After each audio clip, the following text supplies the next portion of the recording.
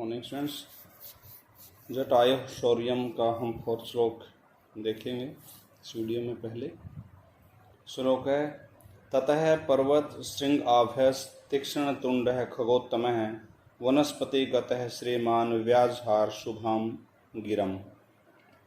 ततः उसके बाद कि जब उसने सीता को ले जा रहा था और सीता ने उनको आवाज़ लगाई, या जब उसने सीता को और रावण को देखा तो उसके बाद कहा उसने कि उसके बाद पर्वत श्रृंग आभय, पर्वत पहाड़, श्रृंग होता है चोटी, पर्वत की चोटी, आभय होता है चमक, कि पर्वत की चोटी के समान आभा वाले, चमक वाले, अर्थात जिनकी वो पक्षी है उनकी जो चमक है वो पर्वत के समान बताई गई है।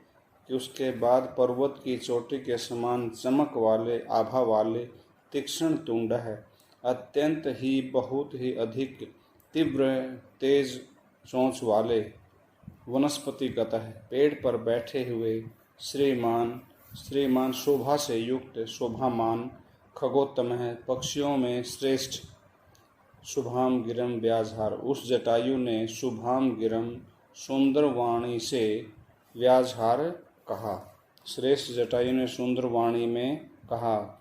उस रावण को उन्होंने कुछ कहा है, वो अगले श्लोक में आप देखेंगे।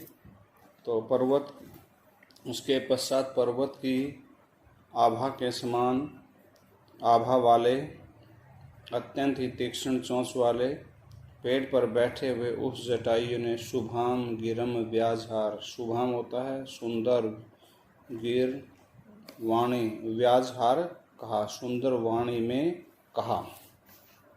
फिर श्लोक देखेंगे, निवर्तये मतिम नीचाम परदाराभि अर्शनात् तत् न तत्समाचरे गिद्धो तत्प्रो अस्य निर्विगर्हयेत्। एक एक शब्द का अर्थ देखेंगे।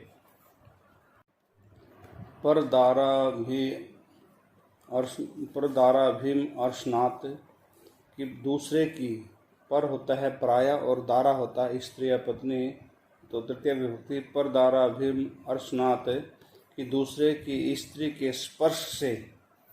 रावण को कह रहे हैं कि हे रावण, दूसरे की स्त्री के स्पर्श के दोष से नीचाम मतिम निवर्तय, अपने जो नीच जो मति है, बुद्धि है, उसको निवर्तय हटाओ। बुद्धि को क्यों हटाने के लिए कहा? क्योंकि सारा कार्य बुद्धि से ही होता है। बुद्धि जैसा सोचती है वैसा ही व्यक्ति कार्य करता है। इसलिए कहा है दूसरे की स्त्री के स्पर्श के दोष से जो आपकी नीच बुद्धि है उस नीच बुद्धि को हटाओ। जब बुद्धि हट जाएगी तो व्यक्ति उस कार्य को अपने आप ही छोड़ देगा। धीरह तत् न समाश्रित, धीरह मीन्स धैर्यशाली व्यक्ति, तत् उसको, अर्थात जैसा आप काम कर रहे हो इस कार्य को, न समाश्रित नहीं करते। कि धैर्यशाली व्यक्ति इस प्रकार के कार्य को नहीं करना चाहिए। यतः यत की परह अस्य विग्रहयेत, जो परह दूसरों के द्वारा अस्य इसकी विग्रहित निंदा की जानी चाहिए। अर्थात जिस कार्य की दूसरे व्यक्ति निंदा करते हैं और जिसको धैर्यशाली व्यक्ति उस कार्य को नहीं करते हैं, तो ऐसी दूसरे की स्त्री के स्पर्श के दोष से नीचाम मतिम निवर्तय, कि हे रावण अपनी नीच बुद्धि को हटाओ। अर्थात जो आपने ये बुरा कार्य सोचा है और सोचने के बाद जो ये काम कर रहे हो, ले जा रहे हो, अपनी बुद्धि को इस नीच कार्य से हटाओ, अर्थात माता सीता को छोड़ दो। ये उसका कहने का अभिप्राय है। क्योंकि हम सभी कार्य जो है बुद्धि से ही सोचते हैं पहले, उसके बाद जहाँ हम जाना चाहते हैं हमारे कदम उस ओर स्वतः ही चल पड़ते हैं, आगे बढ़ जाते हैं।